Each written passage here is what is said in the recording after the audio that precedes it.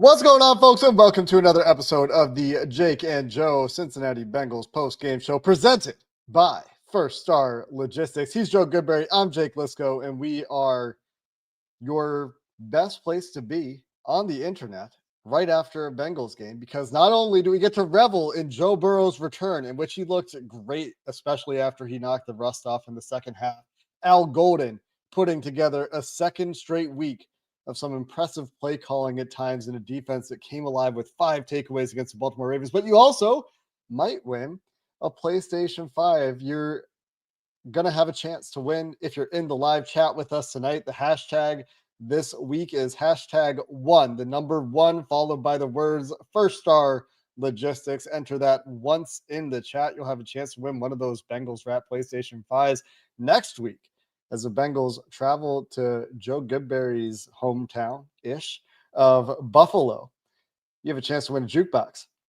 You're going to have to be with us in the chat for that one. Make sure you check out at First Star Log on Twitter for all of the giveaway details. And as always, this show, and finally, everybody wins, not just you. The Bengals also won tonight. This show presented by First Star Logistics, our fantastic partners for the Jake and Joe Bengals postgame show. First Star Logistics is one of the fastest growing companies in the Cincinnati area, seeking to expand its brokerage department by hiring individuals seeking a fast-paced career in logistics. If that might be you, check out firststarlogistics.com for details on how you could join the team, one of the top places to work in the Cincinnati area. And this was a fun one, Joe. Yeah.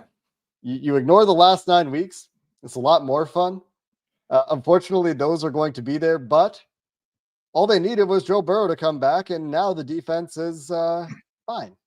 Everything's fine. Joe Burrow just needed to play quarterback, and now everything is fine.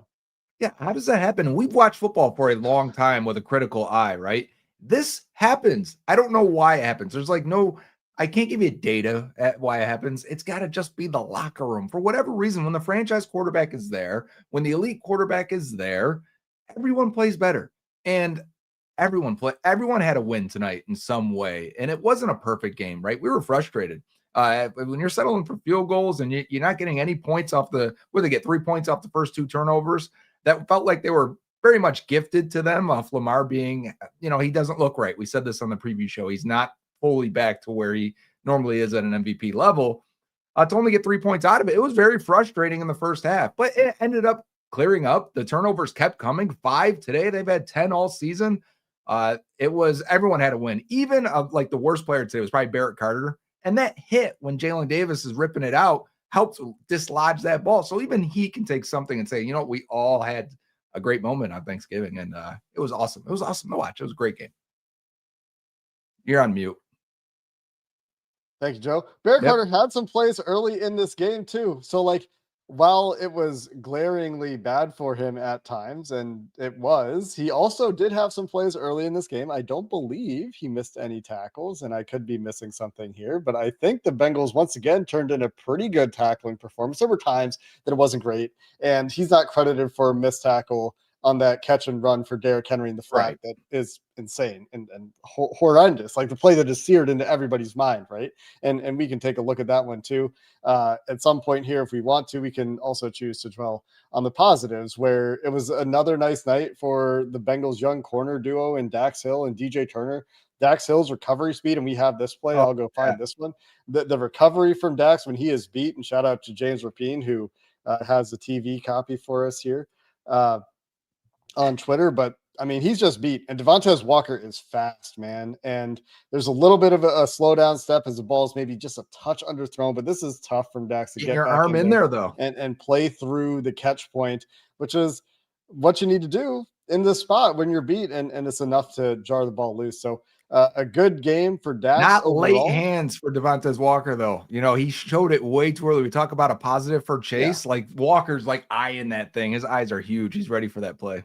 Yeah, Devontae Walker is not a premier receiver in the NFL. Don't get me wrong, but he does have speed. So no doubt. It's nice to see the recovery here for Dax Hill. Another game for DJ Turner that features at least one pass breakup. He recovers the fumble that ices the game. I believe it included a pass breakup. Yeah, it did. And even Josh Newton, man, Josh Newton got absolutely undressed by, I think it was Zay Flowers early in the game. And Lamar was terrible. We can talk about that if we want. Lamar was absolutely awful in this game, just spraying the ball, terrible under pressure. It was There was playoff Lamar. one play the entire game. It looked like he could actually move, like clearly hampered with the leg injuries, unable to beat Miles Murphy to the edge. Credit Miles for that play, no doubt. Mhm.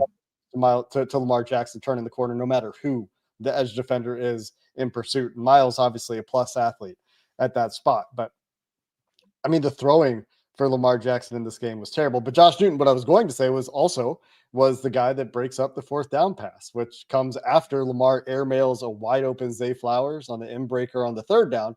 So that aside, Lamar Jackson's terrible. I'm just going to keep saying that until it's not true anymore, because it won't be true at some point, probably in 2 weeks.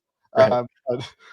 In this game, he was miserable, and Al Golden found ways to keep him uncomfortable throughout the game. But shout out to the DBs for the Bengals in this one, all of whom took turns making plays, especially the corners. Yeah, good call, and shout out to Al Golden. I mean, 2 weeks in a row. Last week we made mention of it because he had a couple of timely calls, timely blitzes, and that's really what you're looking for in this. When you have a good offense and your defense is suspect, I need turnovers and timely calls, right? And that's really all it's going to keep them afloat. And he had like back-to-back blitzes that both got home. They got free rushers that led to sacks. They got pressures from different looks that led to turnovers, interceptions, balls getting batted in the air. I thought Golden was in his bag. Easily the best game Al Golden's had with the Bengals. No doubt about it.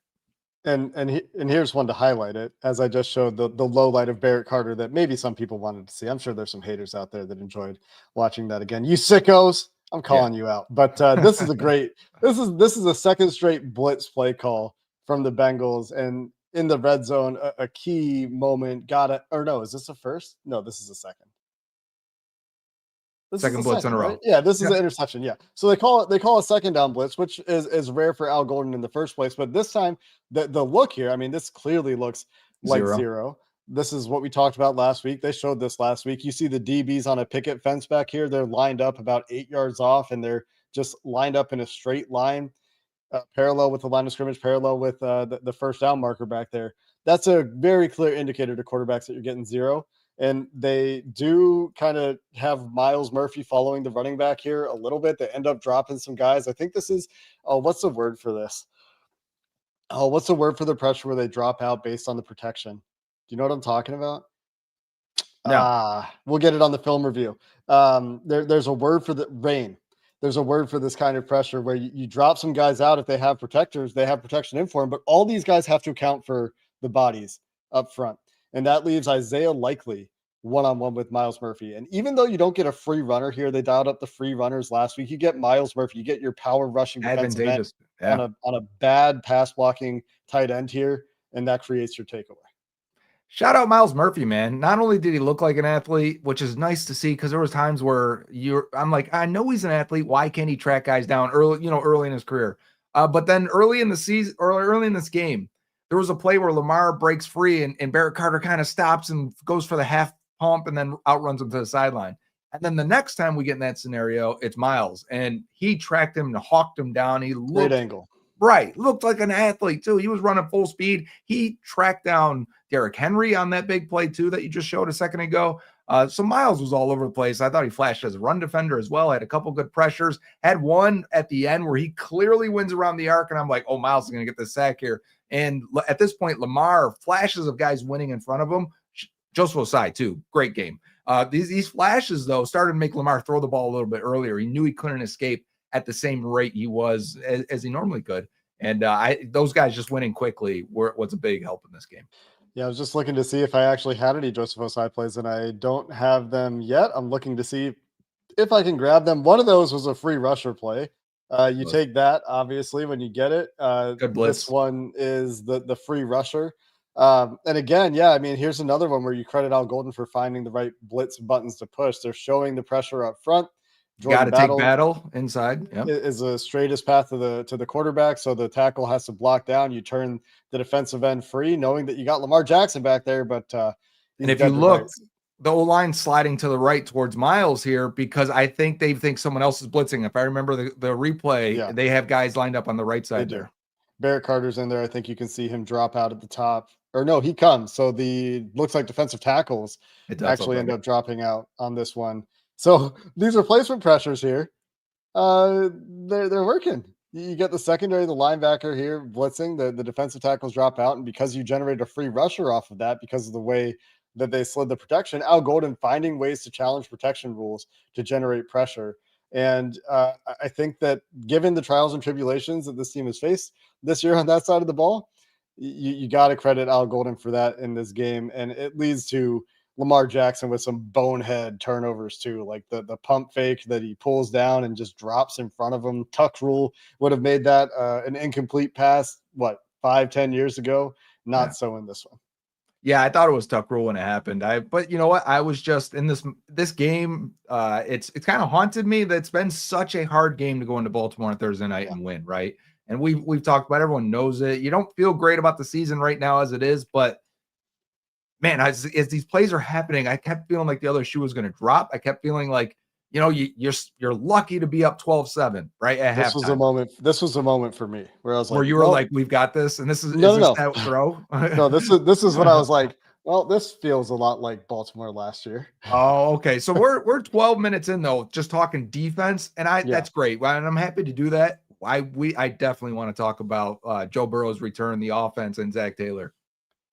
Yeah, I thought that there were a lot of issues with Zach Taylor play calling at halftime, and especially in the red zone. I echo those issues with Zach Taylor play calling when the Bengals got into the red zone after Lamar's first takeaway. Like, what are you doing from the 2-3 yard line? Not even having a run option on some of those plays. You're just empty, and I get it. Like, you got Joe Burrow back. The option to go empty is there again. You feel comfortable doing that.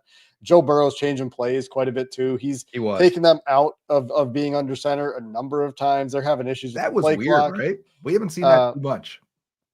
Joe taking them from away from going under center. They always have two play calls in there, but they're typically out of the same look, and it's just kill, and we're going to adjust from there. Maybe a guy has to move over a couple feet, but this was complete different looks. Yeah, and they were having issues with getting the plays in on time early in the game. It's been an ongoing issue for the entirety of the Zach Taylor era. Joe Burrow likes to take a lot of time, and as a result, when they break the huddle with 10 seconds on the play clock, that's probably not enough. You might need to do that at 16 seconds on the play clock. And this was a play where, I mean, this is a fantastic play. Don't get me wrong. Like, again, you're getting challenged from this pressure look from the Ravens. It doesn't quite look like zero because you can see where the DBs are here. They're not exactly even. So, like, you're probably assuming somebody is dropping out because this is giving you the indicator that I'm going to have a deep middle safety here. This isn't somebody that's going to be in man coverage, maybe over the slot. You would see this guy maybe over here. There's nobody over the slot, the slot receiver here. So there's an indicator that this isn't going to necessarily be a zero look. And there's so many things going on here that we have to talk about. One, we got to talk about Joe Burrow. We have to talk about the adjustments that the offense made in the second half. Got to talk about the weird running back usage in this game where Chase Brown dramatically outsnapped Samaje Perine, but the carry split was very even. Got to talk about Joe Burrow's return as well. Jamar Chase quietly over 100 yards. The O-line pass protecting? The O-line was excellent. I mean, I don't think the Ravens are a good pass rushing team. Yeah, I don't think the Ravens are a good pass rushing team. We talked about that in the preview, but they challenge your protection rules. That is something that they do, even if they don't beat you with 4. And this is one of the examples of that. And Samaje Perine does a fantastic job here. This is an awesome play call. For all of the flack that Zach took for first half play calling, this is an awesome play call to beat the look that you get here on 3rd and 9, and a great job of delivering from Joe Burrow, Samaje Perine, the offensive line, and Andre Iosivas. Joe, I'll let you talk through it. Yeah, and I can't wait to watch the tape because this throw where they gave us the end zone view of it, it was a beautiful throw. One of the best throws we've seen Joe Burrow make. But Samaje Perine getting over and just getting enough in protection here, picking up the blitz, or at least the blitz look. I mean, and Joe trusting it, man. Yeah, like he doesn't flinch here. This is what Burrow looks like in the pocket late in the season, which was great to see. He didn't look uncomfortable in the second half at all. And that's funny too, because they have 42 throws in the first half. And I tweeted like, and I think Ben Baby said this is the first time a quarterback's had over 40 throws and a half this season. And they were fast tracking through the rust. You got rust, we're gonna run through it like who am I thinking of? Forrest Gump running with the braces on his legs. We're just gonna run through it and break through these braces, Joe. And we're gonna get you fast tracked to the second half so you're good to go. And it looked like it because he was much different in the second half there. This ball is just great. Yeah, it's an awesome play. The deep ball to Mitch Tinsley early that he stops running on is a good ball too. There's the fade to Mitch Tinsley in the corner of the end zone that was very nearly a catch. Like T. Higgins comes down with that ball, I think. Like it hits He him in makes the a big hands. difference in this game. This is I a blowout agree game with with you. T. I think I agree with you on that one. I'm trying to see if I Because have some Tinsley other. stopped on that one too. Like if that doesn't happen, this game might feel very differently in the first half. Yeah. They had the red zone issues, no doubt about it. But otherwise, the offense was pretty good. And the play calling did drive me nuts at times because it looked disjointed again. I thought they found so much synergy with Joe Flacco that to look disjointed, it was confusing to me. We did this last time when Jake Browning finished the season. We are like, they're going to marry the two of these offenses. It's going to be perfect. Everything's going to be awesome. And then we ended up just Joe Burrow offense again. And it was functional. Chase Brown had over 100 yards, total yards again. But it was a bit sluggish to get to that point, I think. I think it took them a little bit of time to get there. I think it's worth mentioning that the Ravens have an elite secondary as well. Nate Wiggins leaves the game at halftime. I think that makes a difference. Yeah, Cheeto was. I mean, I'm down to sign him. Yeah, he's a free agent. Absolutely. I mean, I was last offseason. I don't know if I talked about that publicly anywhere, but I certainly mentioned it privately. I don't know if I talked to you about it at any point, but definitely talked to at least some people about it and things that probably are not recorded on the internet. But the one thing that I would say about some of the things that did linger in the offense is some of the run game stuff did stick around. Not all of it. They weren't under center as much. Joe took them out of those under center looks quite a bit. He did. I think that first sack Joe took on the Marlon Humphrey blitz where he and Samaje were just oblivious to the slot blitz there was like, all right, maybe we need to take some of this stuff out. Joe's that was probably Burrow going exactly why I don't like going under center. Yeah, this is similar, like reminiscent of Jake Browning yelling at the sideline, "No more nakeds." Yes. But Joe Burrow, they didn't go under center very much after that. Also, how about Tanner Hudson, man? You got I know. Defensive Player of the Year candidate, supposedly. Not anymore. Kyle Hamilton, this difference maker, the guy that solved all of Baltimore's defensive problems, and Baltimore's defense was in a bad way in this game. They were on the field for 39 minutes or so of this game. This is like the opposite of the Bengals Vikings game earlier this year. And the fact that it was still a game in the fourth quarter probably says something about the Bengals defense to some degree, but it was a very untimely fumble by Samaje Perine before the drama was eventually really pushed out of this one. But a lot of plays run for the Bengals on offense, and I didn't really notice Kyle Hamilton make a big difference in this game. Like he was fine. He was solid. But T. Huddy undresses him on this one. Honestly, like what else can you say about it other than elite individual play from Tanner Hudson, who, by the way, had 6 total snaps in this game. Was targeted on 2 of them. And I think they were all really red zone or tight red zone goal line packages because someone asked me during, I think it was the second failure in the red zone. They said, why is Hudson out there and not Gesicki? Because Gesicki was used very sparingly in this game. But here's why. Apparently he can do this, which is nice. It's nice for Tanner Hudson. He's been lingering on the back half of the roster. Everyone seems to like him. The quarterbacks seem to like him. He's trustworthy, but this is not what you would choose, right? This is a third down situation again after a second down run. Remember, which I'd love to talk about the 2nd and 10 runs because I want to rip my hair out while watching.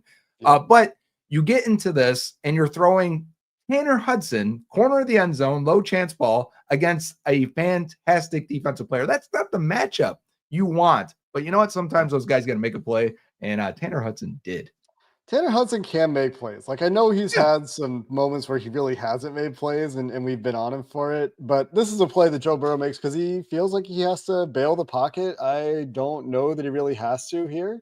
There's like a little bit of pressure that flashes across his face, but Amari Spence has that pretty well controlled. Orlando Brown has it. Yeah, I thought he was great too. Orlando Brown has it under control in the back half, just gets his hands on that guy, and he's dead to rights. And you got Jamar Chase coming pretty open on the top here, and I imagine that's the primary.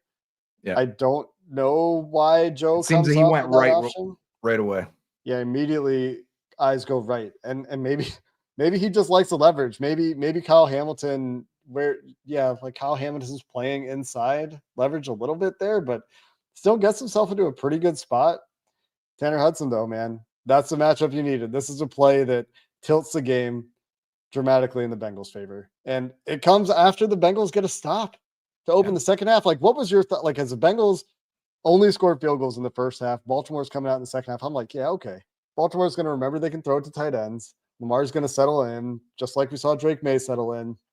It didn't happen. Lamar kept playing bad, and the Bengals got the quick stop. So I did have actual thoughts there. I'm thinking when Harbaugh was talking and he said, we've got to like get back to fundamentals and basics and do football things. I'm like, they're going to try and line up and run the ball. They're going to try and line up and just run it down the Bengals' throats. Yeah, and the Bengals made a couple of nice tackles, and now we're in third down. If you're willingly accepting third down scenarios, your offense is going to fail. This is why we talk about 2nd and 10 runs so much, because you're willing to accept a third down scenario. You want to stay away from that. So as soon as the Ravens got the third, I'm like, all right, you got a chance here. And they did get a stop. So I thought it was interesting because then after that, the run game worked for Baltimore. They ripped off a couple, but largely it really came down to not being able to corral Lamar in a few plays, finding these tight ends over the middle of the field and big plays down the, couldn't tackle, couldn't get the angle on these guys. And there was a lot of luck involved, no doubt about it. Isaiah Likely's fumble, you see that once a season. And right away, I'm like, best rule in football, I'm in, But you also got to credit the hustle. Like, you Jordan gave Battle up the catch, but Jordan Battle stayed with it, chased it down, and took his chance. And you got to hustle to have that chance and make those plays. Yeah, that's all you can do in that scenario. You're chasing, try and strip that ball out. You've already given up 40 yards. What's the difference, right? If it gets 3 more out of it, and in that scenario might be the touchdown. But I thought the same thing. I thought Miles Murphy coming down on Derrick Henry, like, yeah, go for the ball. He's already got a chunk play. What's it matter? So I thought the defense as a whole just looked very, I don't know why, the energy, the play calls, the young guys making plays, it worked today. A big difference, I think, was the blitzing. Yeah, I really do. And Joseph Ossai and Miles Murphy remain on their heater. That's another they've thing. been winning it for like a month. They're not the quick kind of wins. They're not the dominant kind of wins, but they are we will eventually make this thing muddy. It's not the kind of havoc that we would like to see, but it is disrupting quarterbacks, especially the last couple of weeks. What's that? It would work well with Trey if Trey was on the other side. Yeah. If we do get to see Trey Hendrickson return this year. The pass rush win rate for Joseph Ossai overall tonight, 12.5% in true pass set situations, a lot lower, but Miles Murphy in true pass set situations at 13%.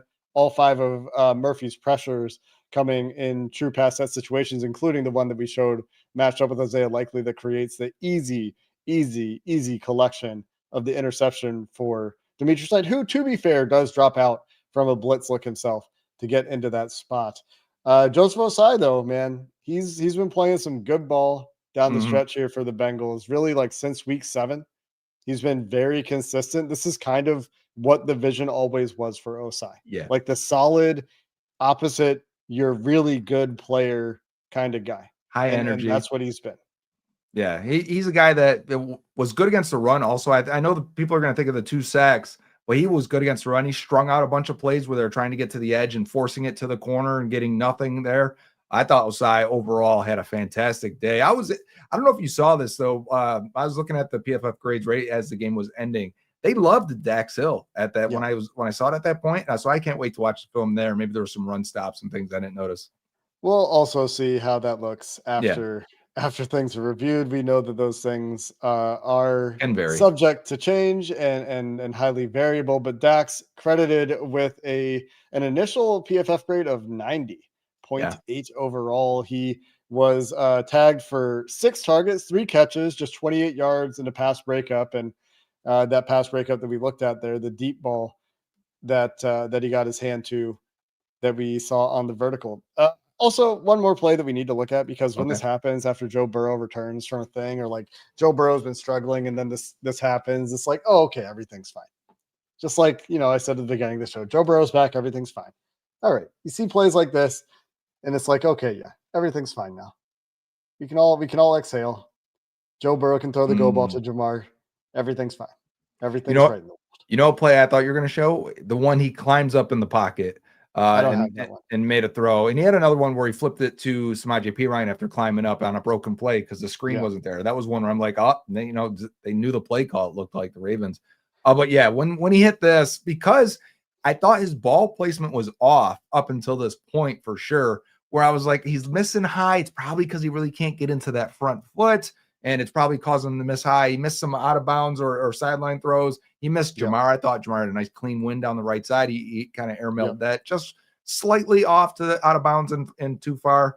And I thought he was kind of short on the Wouzier breakup as well. So seeing this, I was like, yeah. And plus, it's funny because I don't know if you watched the Packers-Lions game, the deep ball to Christian Watson. Watson did a great job bumping into the corner and then extending for the ball over his shoulder. And I was explaining that to my son, why that's not a push-off. Then we got the Zay Flowers push-off versus this.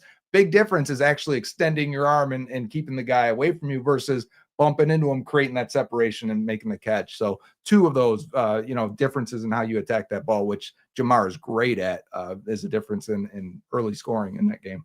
Yeah, I think the play you're referring to that you were thinking of is a backside dig that he comes back. I think it's Mitch Tinsley. It might have been Andre, but I think it was Mitch Tinsley. And that is a sign of a quarterback that is feeling it and reading things out at a high level. The ability to come back to that backside dig on time. And it was like fast. It was quick to hit that backside dig.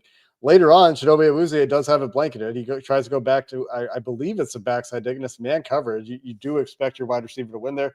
Those are the limitations I think you get with Mitch Tinsley a little bit. Like we like Mitch Tinsley. Don't get me wrong. In this game, he converts just 2 of his 9 targets for catches. A lot of those would have been tough catches. A lot of those were contested catch situations, but had a chance to pull in a couple of them. And a couple of them could have been big plays. One of them could have been a touchdown. One of them could have been a big deep ball. 2 of them could have been touchdowns. One of them he stops running on. Those plays you would like to have, and that's where we talk about the difference between he and T. But Jamar Chase, all you really need for your passing offense. The only guy to go over 35 yards in this game, finishes with 7 catches for 110. And there are a lot of moments in this game that are just like, yep, there's vintage Joe and Jamar. Like perfect timing, understanding of leverage, understanding of coverage, balls out on time, and everything's awesome. Yeah, those seem to come right after the 2nd and 10 runs. If I'm going to mention that for the last time, it's let's talk 2nd and 10 runs, Joe. They did it on at third least downs. 5 It was times in this Jamar, game. right? That was the only time it really worked. And then they were 0 for 3 converting them after them in the first half, and 2 for 2, I believe, in the second half. Yeah, and it got them in a hole early, and that's why it was so frustrating because you're failing in the red zone and you're willingly giving up that 2nd down play. And they weren't good runs. They weren't like good selection runs. You really didn't look like they're running into advantageous situations. The Ravens will do this though. They'll make it look like it's a favorable run situation. Then they bring that guy in the box as soon as Joe checks. And it's like, you can't, your time's running out. You got to run the play at some point. And I think that's the cat and mouse game. We heard a lot of it. There was one play where Joe's yelling 0-0, and then the Ravens switch out of it and go to, I think, into a cover 2. And, it's just those are the things you can do when you really know each other like these opponents do. Yeah. But the Bengals win 32-14. And they don't even really take advantage of a lot of short fields. Like the Bengals, they got a bunch of field goals early, obviously, but second half, 61-yard touchdown drive, 68-yard touchdown drive. I mean, they had the drives, the long drives in the second quarter. They had a 74-yard field goal drive, and they had a 51-yard field goal drive. They had those couple drives that petered out in the red zone. I guess speaking of field goals, should shout out Evan McPherson, who has, outside of the K-ball incident, which was when he kicked with a regular ball instead of the kicker ball, outside of the 67-yarder after he was iced, and one other 50-plus yard attempts, has been great all year and was fantastic tonight, hitting a couple from 50-plus, I think. We can shout out the whole special teams. Ryan Rico has been on a heater. William Wagner. Rico, I'm not quite there, but he's been pretty good. He's been pretty good. William Wagner, the whole thing looks cleaner, right? That ball is coming out the way he's striking the ball, excuse me, and the way it's flying so straight and so hard. And I'm like, it looks good. Everything looks clean now. It was it was so much angst watching that procedure last year that it drove me nuts. But I thought the kickoff coverage was really good this week too. So, shout out to special teams and Darren Simmons. Yeah, some weird decisions to give the Ravens some touchbacks, but whatever. We're nitpicking. What is a Baltimore Ravens favorite Thanksgiving dessert? Turnovers. Heyo. All right.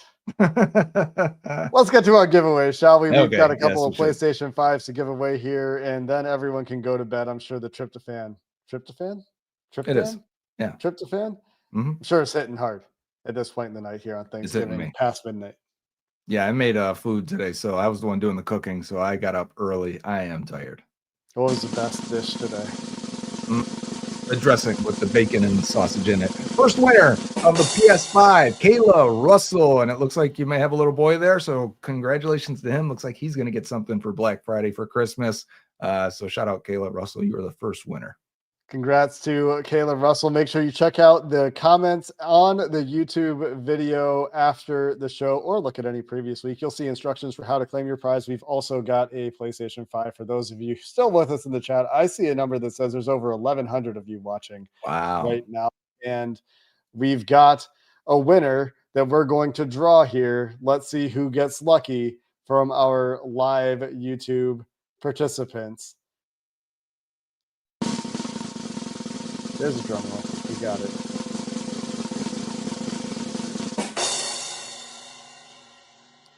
Congratulations to Will Fulgate on your Bengals wrapped PlayStation 5. Again, make sure you're checking out the comments here on the YouTube show after it is posted. You'll see instructions on how to claim your prize. And yeah, we'd appreciate it if you hit the like. If you like what Joe and I are doing, hit the subscribe button. We'll be back with you midweek for a midweek preview show. The Bengals playoff hopes now not dead. And maybe we can start to talk about it here. As soon as they lose a game, we have to stop talking about it. But if they keep winning games, they got a pretty good shot at this thing. And tonight was a first step in doing that. They overcame the AFC North Thursday night road odds, and third time's a charm. 3 straight years of Thursday night football in Baltimore. The Bengals win this one.